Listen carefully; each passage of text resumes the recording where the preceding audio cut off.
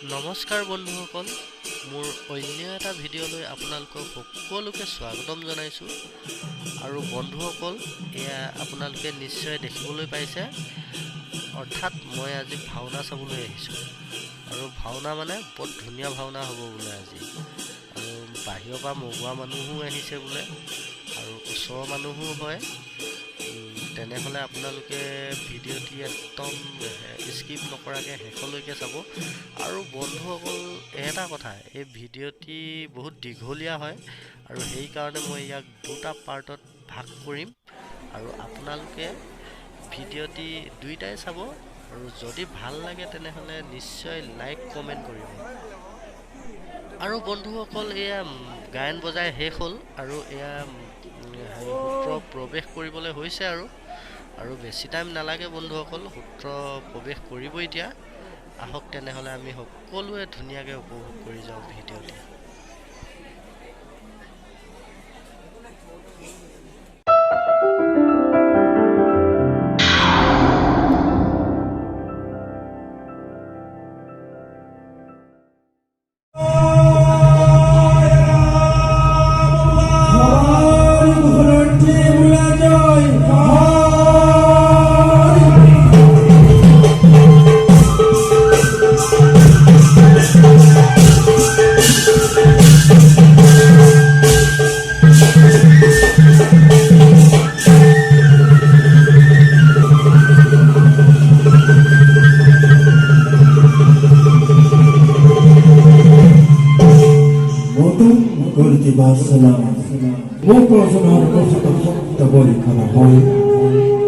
যিজনা গুৰুৰ কৃপা বৰষুণে পংগজনেও পৰ্বত বগাব পাৰে, সেইজনা গুৰুৰ চৰণ কমলত জনাইছে আমি সহস্ৰ কোটি প্ৰণিত মহাপুৰুষ শ্ৰীমন্ত শংকৰদেৱ।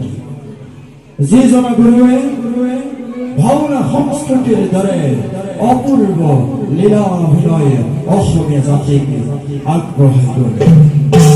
যিজনা গুৰুৱে বৰদৈতৰ দুইপাদ একতাৰ অনাজৰিৰে বান্ধি অসমীয়া জাতিৰ সংস্কৃতিক ভঁৰালে চহকী কৰি থৈ গ'ল। সেইজনাৰ প্ৰেমস্পন্দন মহাপুৰুষ গুৰুজনা অপূৰ্ব সৃষ্টি অসমীয়া জ্ঞানৰ হৃদয়ৰ ধৈৰ্যবাহক এই অসমীয়া ভাওনা হে মোৰ ৰাজনীকৰ আপোনাক ভক্তবৃন্দ, অসমীয়া কলা সংস্কৃতি, অসমীয়া ভাষা, অসমীয়া জাতিক ৰক্ষা কৰিবলৈ হ'লে আমি ৰক্ষা কৰিব লাগিব আমাৰ সংস্কৃতি। ভাষা থাকিলে জাতি থাকিব, সংস্কৃতি থাকিলে জাতি থাকিব। আৰু এই জাতিটোক বচাব হ'লে গুৰুজনাৰ অৱদানসমূহ আমি খিৰে খিৰে অনুভৱ কৰিব লাগিব। হে মোৰ ৰাজনৈতিক ভূমিবৃন্দ, আহকচোন আৰম্ভ কৰোঁ আজিৰ নাট বৈশ্যবতাৰমী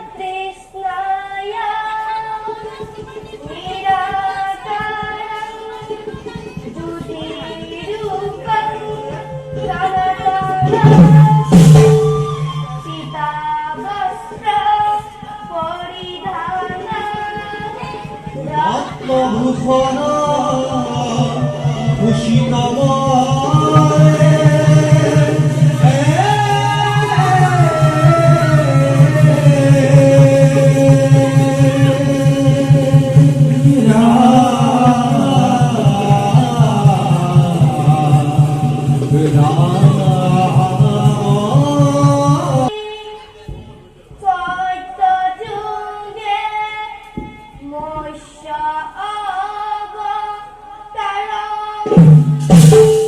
জনাকারী মৎস্য অবতার ভরি সারিবে দৌধা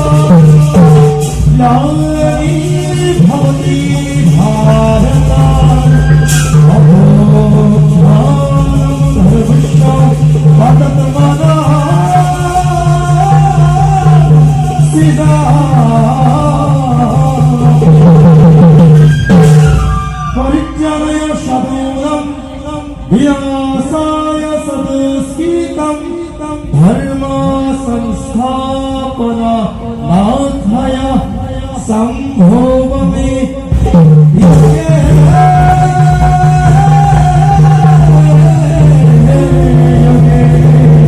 সম্ভবমে যোগে সম্ভবমে যোগে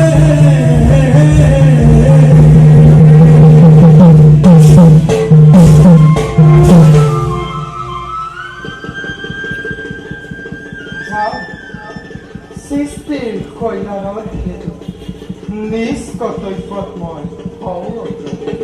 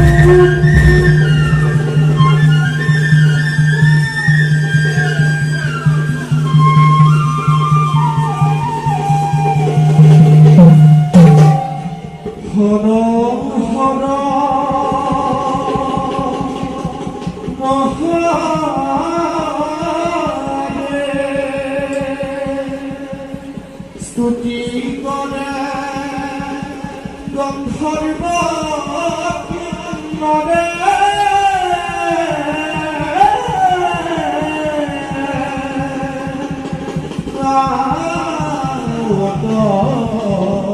কবাতিব